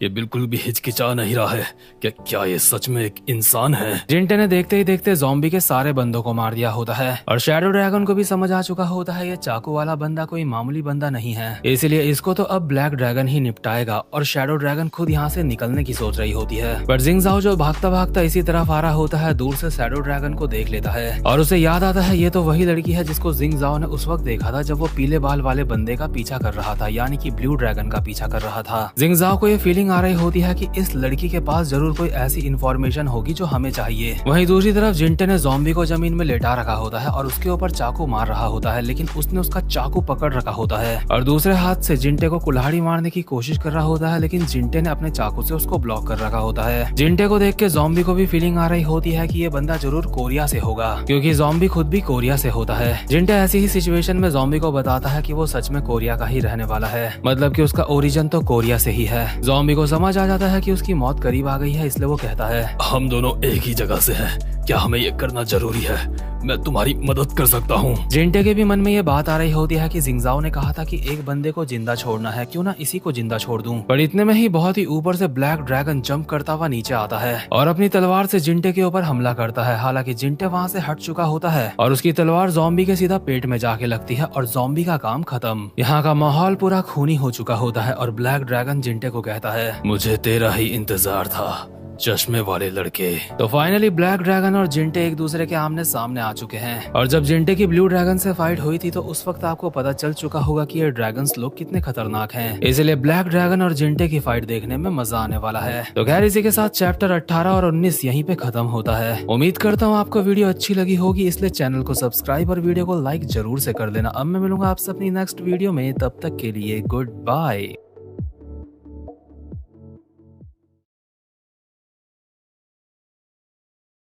तो गाइज आज हम बात करेंगे 9 ड्रैगन कपों का मानवा के चैप्टर नंबर 20 और 21 के बारे में। और आज की वीडियो की शुरुआत में हम देखते हैं जिंटे की फाइट जिस बंदे के साथ हो रही होती है। ब्लैक ड्रैगन ने वहाँ पे आके एक ही बार में अपनी तलवार से उसे मार दिया होता है और क्योंकि ब्लैक ड्रैगन काफी समय से जिंटे को ढूंढ रहा होता है, इसलिए यहाँ पे आके कहता है, मुझे तेरा ही इंतजार था चश्मिश, आखिरकार तो मुझे मिल गया। लेकिन साथ ही में ब्लैक ड्रैगन देखता है कि यहाँ पे काफी सारे बंदे मरे पड़े हैं जिन्हें जिंटे नहीं मारा है। भले ये चीज ब्लैक ड्रैगन को अच्छी नहीं लगी होती, लेकिन उसको इस बात की राहत होती है कि फाइनली ये बंदा उसके सामने आ चुका है, क्योंकि उसकी इन्फॉर्मेशन के मुताबिक यही वो बंदा है जो इनके काम में रुकावट डाल रहा है। इसलिए ब्लैक ड्रैगन ने अपने मन में ठान लिया होता है कि इस बंदे की यहाँ पे कब्र खोद देगा। इसलिए ब्लैक ड्रैगन अपनी खूनी तलवार के साथ भागता हुआ आता है जिंटे की तरफ उसे मारने के लिए। वहीं दूसरी तरफ जिंग ज़ाओ जो कि शैडो ड्रैगन का पीछा कर रहा होता है, देखता है कि शैडो ड्रैगन एक कार में जाके बैठ चुकी है। शैडो ड्रैगन ने भी देख लिया होता है कि ये बंदा उसका पीछा कर रहा है, इसलिए कार में वो यहाँ से फटाफट निकल रही होती है। कार जिंग ज़ाओ के बिल्कुल बगल से होके जाती है और जिंग ज़ाओ उस कार के ऊपर 2-3 फायरिंग कर देता है। हालांकि एक भी गोली कार के अंदर किसी को भी नहीं लगी होती, लेकिन जिंग ज़ाओ इसके बावजूद 2 और गोलियां फायर करता है और वो भी कार पे नहीं लगती। कार यहाँ से निकल चुकी होती है और जिंग ज़ाओ को अफसोस हो रहा होता है। लेकिन इतने में ही जिंग ज़ाओ देखता है कि शायद इन्हीं लोगों के साथ का एक बंदा यहाँ पे है जो कि मोटा सा कोई अंकल टाइप का लग रहा होता है और भाग रहा होता है जिंग ज़ाओ से। जिंग ज़ाओ इस बंदे के एक गोली मारता है जो कि इसके पिछवाड़े के बिल्कुल बगल से जाके निकलती है, जिस वजह से मोटे की हवा टाइट हो चुकी होती है और वो एक जगह पे बैठ जाता है। तो खैर जिंग ज़ाओ ने मोटे को धप्पा कर लिया है। वहीं दूसरी तरफ जिंटे और ब्लैक ड्रैगन की काफी खतरनाक फाइट चल रही होती है। ब्लैक ड्रैगन ने जिंटे के ऊपर अपनी तलवार से लगातार काफी सारे हमले कर रखे होते हैं और जिंटे उन सभी हमलों से बच रहा होता है। लेकिन ब्लैक ड्रैगन की स्वॉर्ड स्किल काफी ज्यादा काबिलियत तारीफ होती है। ये बंदा बहुत ही स्मूथली और बहुत ही फास्ट तलवार को चला रहा होता है, लेकिन जिंटे उससे बचता हुआ उससे थोड़ा सा दूर आ चुका होता है। अभी ये दोनों एक दूसरे को देख रहे होते हैं और जिंटे ब्लैक ड्रैगन के कंधे में लगी चोट को देख के अपने मन में कहता है, इस चोट की वजह से इसकी काफी ज्यादा स्ट्रेंथ पहले ही खत्म हो चुकी होगी, इसीलिए मैं इसके ऊपर इसी तरफ से हमला करूंगा। लेकिन इस बात का मुझे ध्यान रखना होगा कि मैं इसको मार ना दूं जान से। ऑब्वियसली जिंटे अभी इसको इसलिए नहीं मारना चाहता क्योंकि जिंगजाओ ने उसको कहा था कि एक बंदे को जिंदा छोड़ना है। इसी के साथ इन दोनों की फाइट दोबारा से स्टार्ट हो जाती है।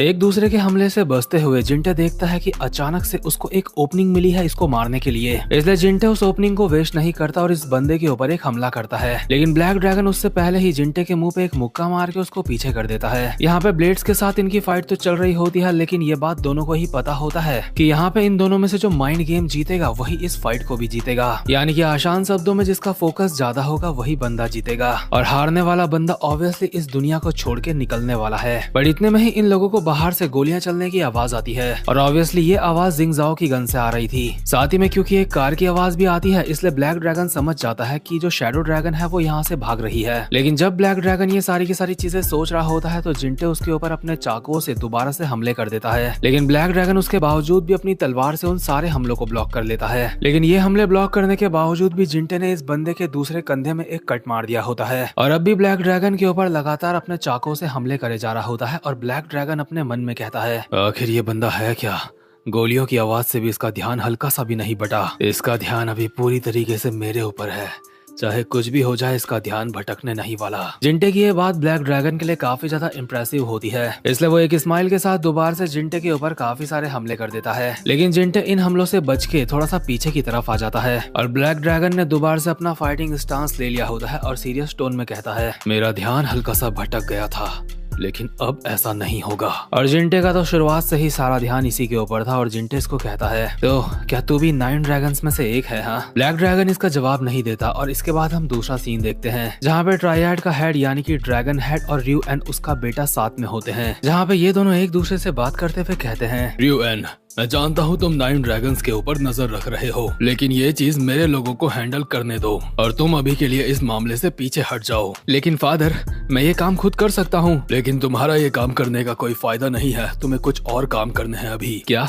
आखिर आपका इस बात से क्या मतलब है? मेरा मतलब है कि खुद को रियोकाई से छोटा समझने का डर अपने मन से निकाल दो। तुम अगले होने वाले ड्रैगन हेड हो और तुम्हारे अंदर ऐसी चीजें अच्छी नहीं लगती हैं। अगले ड्रैगन हेड होने के नाते तुम्हें अपनी उदारता दिखानी होगी, तुम्हें रियोकाई को अपनाना होगा। लेकिन फादर, आपको नहीं लगता कि ये करना मेरे लिए कुछ ज्यादा हो जाएगा? वो सब छोड़, तू ये बता तुझे लिन जीशिया कैसी लगती है? वो दिखने में काफी ज्यादा अच्छी लड़की है। ठीक है, अगर तू किसी कुत्ते को ठीक से अपना नहीं सकता है तो तुझे उस कुत्ते के पिल्ले के सर पे अपना हाथ रखना होगा ताकि वो कुत्ता भी तेरे पीछे पीछे आए। फादर, मैं समझ रहा हूँ आप क्या करने के लिए बोल रहे हो, लेकिन हम लोग तो एक फैमिली हैं। मैंने ये बिल्कुल भी उम्मीद नहीं करी थी कि ये बात मैं तुम्हारे मुंह से सुनूंगा। आखिर तू कब से रियोकाई को अपनी फैमिली मानने लगा है रियो एन? तुझे ये बात ध्यान रखनी चाहिए, अगर तुझे एक आवारा कुत्ते का दिल जीतना है तो उसके बच्चों का दिल जीतना होगा तुझे। तू समझ गया है ना मैं तुझे क्या करने के लिए कह रहा हूँ? ये मैटर अब मैं तेरे ऊपर छोड़ता हूँ, लेकिन हमेशा सतर्क रहियो और अपना काम बहुत ही अच्छे से करियो। शायद यहाँ पे बुढ़ा रियो एन को बोल रहा है कि तुझे रियोकाई की बहन को पटाना है और जब उसके और रियोकाई की बहन के रिश्ते अच्छे हो जाएंगे तो ऑटोमेटिकली रियोकाई उसकी बात मानने लगेगा। बट इन बेचारों को तो पता ही नहीं कि वो रियोकाई की बहन नहीं बल्कि जिंटे की बहन है। तो खैर, इसके बाद रियो एन जाता है उस जगह पे जहाँ पे लिन जीशिया रह रही होती है, यानी कि जिंटे की बहन जीना शियो। रियो एन उसके कमरे के बाहर से कहता है, लिन जीशिया, क्या आप अंदर हैं?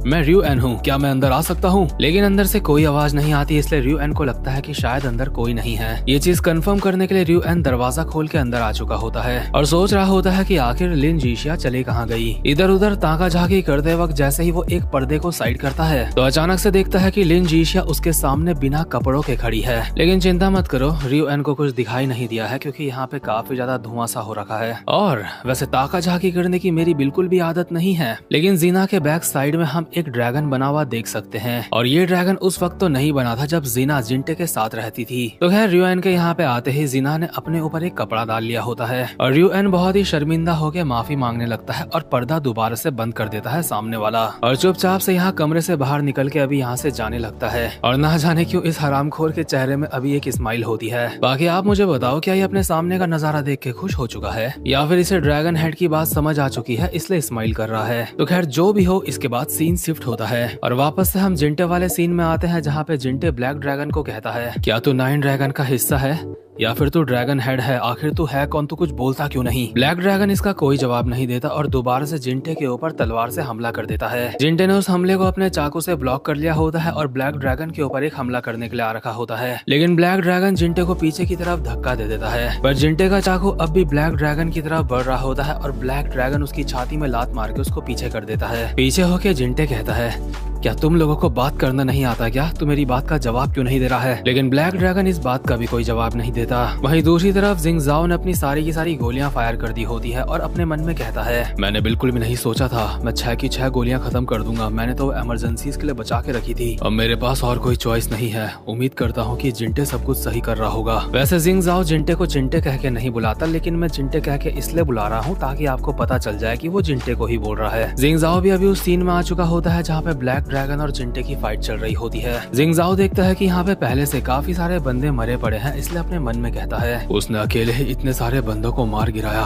सच में ये यकीन करना मुश्किल है। मुझे लगता है इन लोगों को पहले से पता था कि हम यहाँ पे आ रहे हैं और ये हमारा यहाँ पे इंतजार कर रहे थे हमें मारने के लिए। वहीं ब्लैक ड्रैगन लगातार जिंटे के ऊपर हमले करे जा रहा होता है बहुत ही स्पीड के साथ, और जिंटे भी बहुत ही स्पीड के साथ उन सारे हमलों को ब्लॉक कर रहा होता है। लेकिन ब्लॉक करते करते जिंटे बिल्कुल एक कोने में आ चुका होता है। अब उसके पास पीछे जाने के लिए और जगह नहीं बचती, इसलिए ब्लैक ड्रैगन सीधा सामने की तरफ तलवार मार देता है। लेकिन जिंटे अपनी बॉडी को हल्का सा टेढ़ा करके वहाँ से भी बच निकलता है। साथ ही पे यहाँ पे मिट्टी के एक कट्टे जैसा कुछ होता है, उसके अंदर अपना चाकू घुसाता है, जिस वजह से कुछ मिट्टी उसके चाकू के ऊपर भी लग जाती है और वही चाकू ब्लैक ड्रैगन के फेस पे मार देता है। लेकिन ऑब्वियसली ब्लैक ड्रैगन हल्का सा पीछे हट चुका होता है, लेकिन वो मिट्टी ब्लैक ड्रैगन की आंखों के सामने आ चुकी होती है, जिस वजह से ब्लैक ड्रैगन का विजन हल्का सा कम हो चुका होता है। और ये सब कुछ देखते हुए जिंग जाओ जिंटे की तारीफ अपने मन में कर रहा होता है, ये कहते हुए कि ये एक जीनियस है फाइट करने के मामले में। बट ब्लैक ड्रैगन की आंखों के सामने धूल आने के बावजूद भी ब्लैक ड्रैगन एक तलवार जिंटे की तरफ चला देता है, जिससे बचने के लिए जिंटे जमीन में रोल करता हुआ दूर हो जाता है। जिंटे और ब्लैक ड्रैगन दोनों ही अभी अपनी फुल पावर पे नहीं होते, क्योंकि ये दोनों थक चुके हैं, पर उसके बावजूद भी इन दोनों को अपनी स्किल्स के ऊपर पूरा यकीन होता है और इस यकीन की वजह से ही इनके अंदर आत्मविश्वास आता है कि इन्हें किसी के साथ फाइट करके जीतना है। लेकिन कमाल की बात तो यह है कि जिंटे अब तक उस हिसाब से फाइट कर रहा है कि उसे ब्लैक ड्रैगन को नहीं मारना है और ब्लैक ड्रैगन उसे हर बार मारने की ही सोच रहा है। इसलिए जिंटे अभी दूर खड़े जिंग जाओ को कहता है, क्या इसको जिंदा छोड़ना जरूरी है क्या? तूने कहा था हमें एक बंदे को जिंदा छोड़ना है,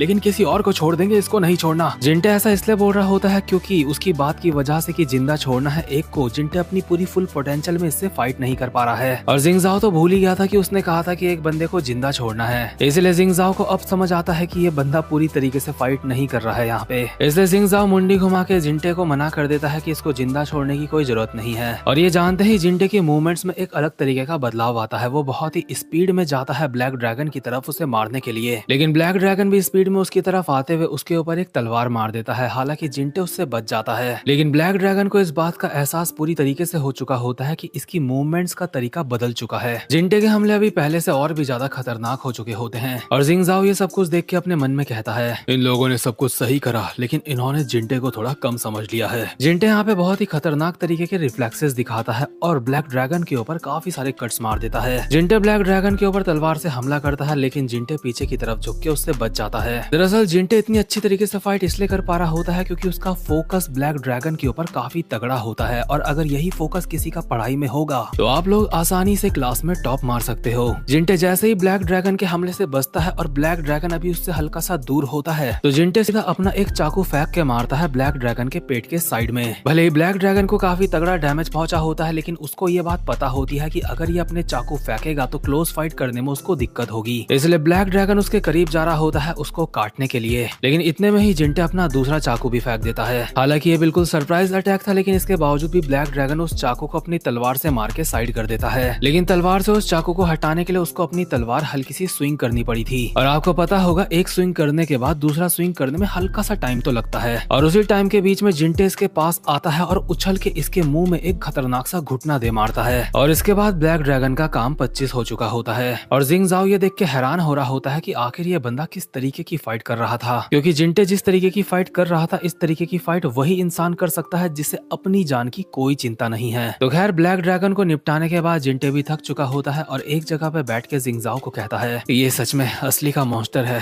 पूरी फाइट के दौरान इसने एक शब्द भी अपने मुंह से नहीं निकाला, लेकिन आखिर तुमने मुझे इसे मारने के लिए क्यों कहा?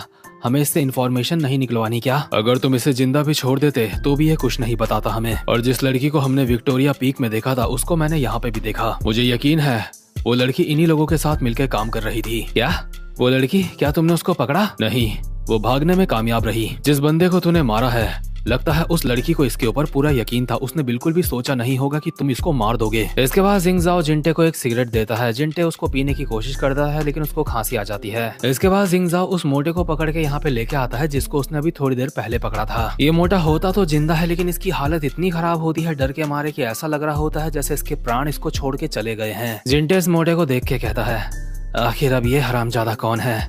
क्या ये मर चुका है? ये कुछ बोलता क्यों नहीं? वहीं दूसरी तरफ हम देखते हैं डीमन ड्रैगन को जो कि कॉल पे अभी किसी से लाइचा के बारे में बात कर रहा होता है। और आपको बता दूं लाइचा एक बहुत ही खास ड्रग है जिसका कनेक्शन कहीं ना कहीं जिंटे की बहन से जरूर होने वाला है। इतने में ही डीमन ड्रैगन के पास यहाँ पे दो बंदे आते हैं और डीमन ड्रैगन उनको कहता है माफ करना आपको ऐसी बेकार सी जगह में बुलाने के लिए। लेकिन इन दो में से एक बंदा अपने साथ वाले को कहता है क्या बेकार सी जगह? नहीं, हांगकांग में ये जगह काफी अच्छी मानी जाती है। क्यों कमिश्नर, मैंने सही कहा ना? दरअसल ये दोनों बंदे कोई मामूली बंदे नहीं होते। एक होता है सिक्योरिटी ब्यूरो डायरेक्टर हांगकांग का जिसका नाम होता है ज़ैंग यीशियान। दूसरा होता है हांगकांग का पुलिस कमिश्नर जिसका नाम होता है ली शिउ।